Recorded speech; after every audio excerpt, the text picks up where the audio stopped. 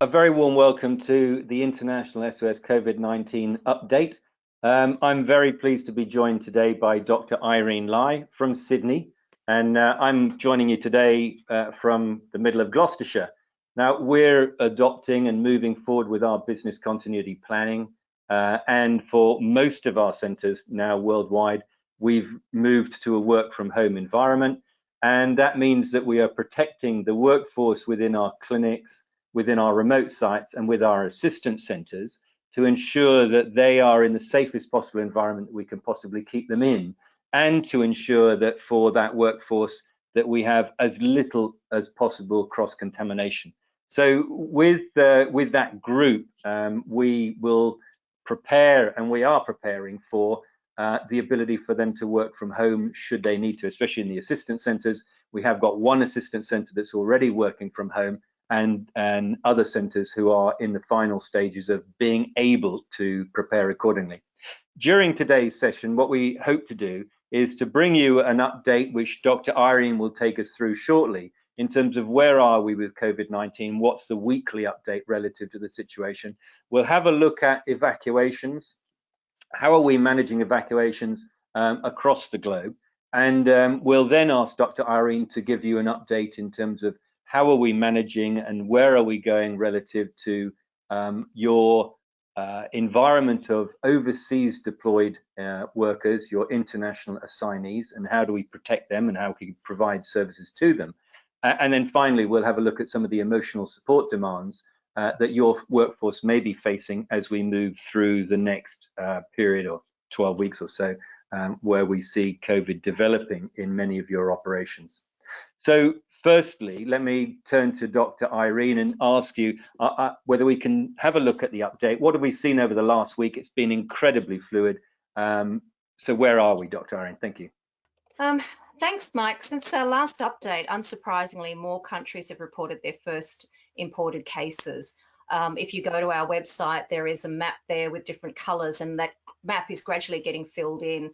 Particularly over the last week, we've seen a lot of countries in Africa reporting their first imported cases, but also we've seen that steep rise in the number of cases, that exponential growth in many locations, particularly in Europe, but also, of course, in the United States, in Brazil, and also in Australia. Globally, we've seen now over 330,000 cases, and there is a growing number of deaths. This is a true pandemic scenario where every location will eventually be affected. We are going to have outbreaks, and it's a matter of time. We can't tell exactly when this is going to happen. Watching the case numbers gives you a bit of an idea, but it can happen explosively. It can creep up, and it can be more of a gradual rise in the number of cases, but this exponential growth is happening in many locations, and I think it's the pattern that you can expect. Now, when it comes to the deaths, there are some locations that are being very hard hit. Very tragic stories as these deaths happen very quickly, hundreds of deaths in a day, or dozens of deaths in a day. And the hospital systems are being overwhelmed, and regular medical cases aren't being managed in the hospital system, and the hospitals are just trying to cope with the number of COVID cases they're seeing. We're seeing this particularly still ongoing in Italy, of course, but in other locations as well. And New York, particularly in the US, the hospital system is struggling there. We are seeing in response to this that governments are now bringing in the social distancing measures and the restrictions on movement much more decisively. So earlier on, there were the encouragement to practice social distancing, paying attention to general hygiene, not kissing, not shaking hands, keeping 2 meters between each other, and limiting large gatherings. Now, those restrictions have become more restricted, have become greater. So in Australia, for example, we started with no public gatherings of over 500 people, and that's been reduced down to the number now. And with people some sections of society ignoring that advice, the government stepped in with mandating this. So we've seen non-essential businesses and venues and entertainment, for example, being forced to close so that people can't congregate in those areas. It is very important to follow the advice, to stay away from other people, to minimize your movements, to try and slow the spread of the disease so that the hospital system can cope and we don't have this rapid surge in numbers. So with the greater measures taken by governments, they're highly disruptive, not just bans on groups of gathering of people, but of course, unprecedented restrictions on travel, international travel, but also domestic travel we're seeing.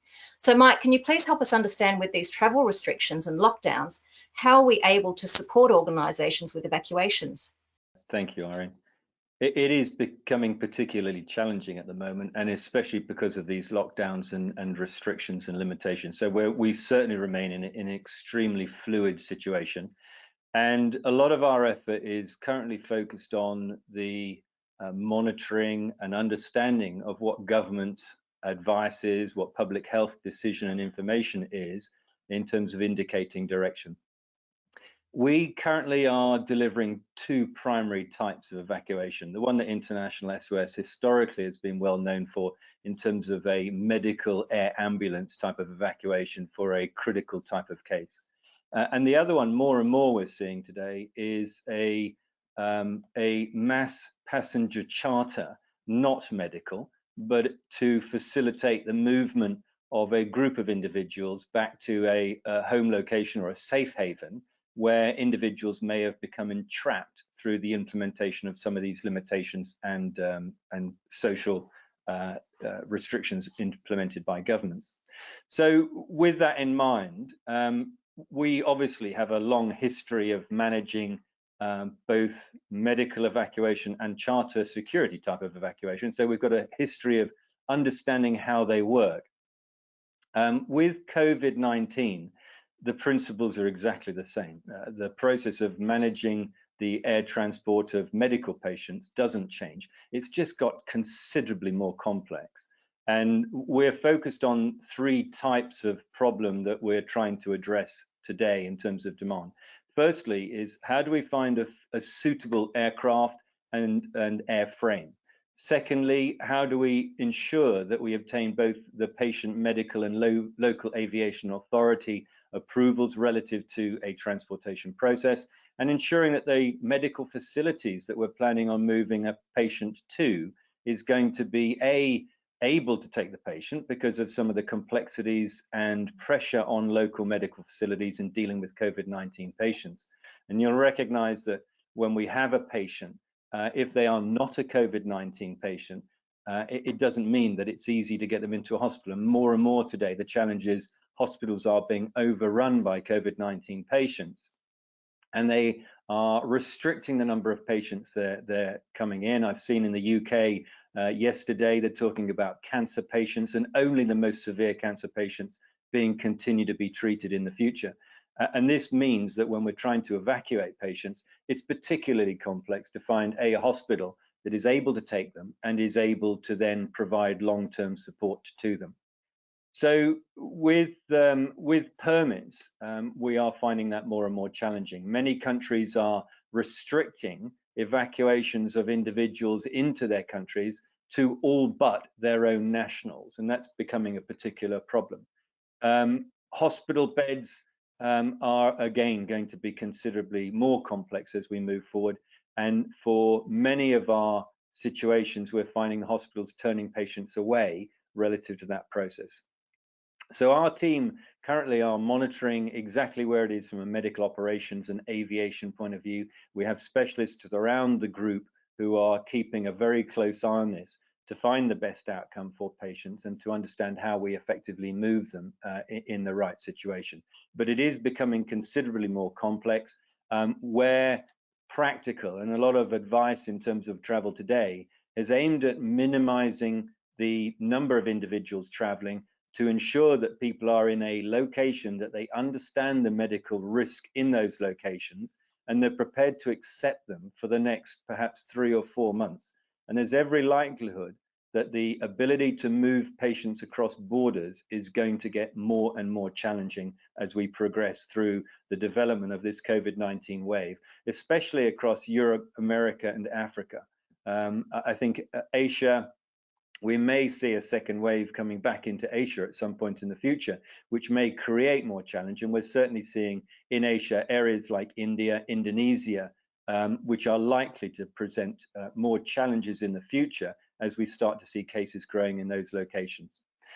We're constantly in touch with and communicating with CDC, being the Centre of Diseases Control and Prevention, and the European version of the CDC, the ECDC, as well as the civil aviation authorities and WHO. And we work very closely with all of those bodies in terms of identifying likely changes that will influence whether we are likely to continue to deliver services in an evacuation environment. Just talking about the charter evacuations, these wide body aircraft that we have discussed, again, this is where large groups of individuals on behalf of companies are based in a location. The company has an interest to get them back to their home location. It is certainly possible. It does take normally Ministry of Foreign Affairs or various government entities to ensure that these are able to be facilitated and we're able to deliver these on behalf of clients. So I'd certainly advise any clients who have an interest to move large bodies that there needs to be some engagement at a government level to allow these certainly to arrive in a location, but often we find even to depart a location, there needs to be government engagement with embassies or other facilities in terms of making those effective and allow us to deliver them. As we've mentioned before, International SOS over the last 6 to 12 weeks have moved quite a few different missions across the world, from China, from Japan. We've moved COVID positive patients, but it is becoming more and more challenging and more difficult in terms of moving both COVID patients as well as non-COVID-19 patients. And we are seeing that a number of governments now demanding that they have the individuals who are being transported are tested for COVID-19 and are tested negative prior to the departure. So a lot of screening processes need to be undertaken. So Irene, just focusing on some of those travel restrictions and how we do provide support to the overseas deployed communities, can you give us a bit more understanding about the tools that are available to provide services to them that may mean that they don't have to travel and we can actually treat and support them medically while they're in location? Yeah, I think it's becoming very common with people now very restricted in their movement, not just moving internationally, but really staying at home. Globally, we are seeing governments encouraging this. We're seeing governments actually mandating this. Non-essential services, non-essential businesses, they're not allowed to operate. We're all being asked to do our bit to stay home and to stop interacting with people. So, you know, it's very important to support people when they are isolated, whether that be in their regular location or whether they're out of their regular locations. And this, as you mentioned, you know, it may go on for months. And so how do we support people when they're on their own, they're not interacting with people? We're social beings. We like to communicate. We need to communicate. We need physical contact. We're lucky we've got the internet now and we've got these video capabilities. And this is where, particularly for overseas deployed members who need support for their usual medical conditions, that we're able to provide teleconsultation services. And so these provide an absolutely vital role. And particularly if, you know, people cannot get out for medical care, and if those medical services are actually overwhelmed or they're only treating, you know, dire emergencies. So from their own accommodation, the individuals can have a virtual consultation with a doctor via phone or perhaps a video call to develop a treatment plan and, if necessary, provide prescriptions. And of course, with this change in the way that we're all living and, you know, potentially facing the fact that this may go on for months, there's a lot of mental stress. There is a lot of uncertainty that we're all dealing with, not just about our own physical health, but this isolation and our concern about, you know, the financial situation, the economic situation, our livelihoods. And our everyday lives are very different to what they were a couple of weeks ago. And more and more locations will see this. A lot of us are working from home. We're restricted in our movements. And Mike, during this pandemic, what sort of support can we offer our members in this regard to help them build mental resilience? Yeah, thank you, Irene. I guess starting this, and I think for all managers, is an understanding that with this remote working environment, you need to practice slightly different techniques in terms of at a base level in terms of line management. And it is a lot about line managers reaching out to their employees and spending more time talking to their employees, especially using video capabilities that we have on many of our pieces of equipment today, whether it's on the phone or on your computer. Is that basic physical contact with somebody else that they're working with is absolutely critical. As you say, this can go on for a long period of time, Dr. Irene, and I think key to that is that there are emotional support services that need to be provided for individuals who feel particularly under pressure. And some people will cope very well with the work from home environment, and others will cope much less well. And for those, International SOS has a partnership with Workplace Options, which is a US-based organization with a global outreach in terms of being able to provide counseling services in multi-language capabilities. We have an agreement with, and we have WPO employees placed within our organization that allow counseling to be delivered in an emergency basis. And many of our clients already have workplace options agreements as part of their membership, but they also then have a capability to build in employee assistance program type of operations, EAP, within their HR system that allow individuals to reach out. And WPO have a hotline capability that allows, especially in the COVID-19 environment, a hotline to be set up by company where a number is given to your employees, and you can then use that number for reaching out, spending some time just having counseling with those employees. And it really is important that we pay attention to this and we focus on maintaining the mental well-being of our workforce while they are working in a remote environment. And as Dr. Irene, as you mentioned earlier on, more and more governments are placing restrictions on the ability to move outside of houses. We saw Bondi Beach closed down, which would be quite a shock for all Sydney-siders. But as well, we're seeing in other locations, public national parks closed down. So while people have indicated there's a work from home policy, more and more people are trying to get out into the countryside and creating a real problem for governments in that space. So understanding that we could be in this environment for the next 12 or so weeks, then there needs to be a robust backup plan in terms of that ability, talk to your workforce on a regular basis, if not daily, and provide facilities for them that then enable them to reach out when they feel particularly stressed or emotional in terms of the environment they're working in, and need that discussion and support. Well, that wraps up our discussions for today, and hopefully the weekly update has been useful for you all. We'll continue to provide this on a weekly basis, but as we go through the next 12 weeks, do feel free to get back in touch with us to let us know key issues that you would like to talk about, and where we can assist, do reach out to us, and we will make sure a specialist is accorded to you to be able to give you any direct advice that you might need.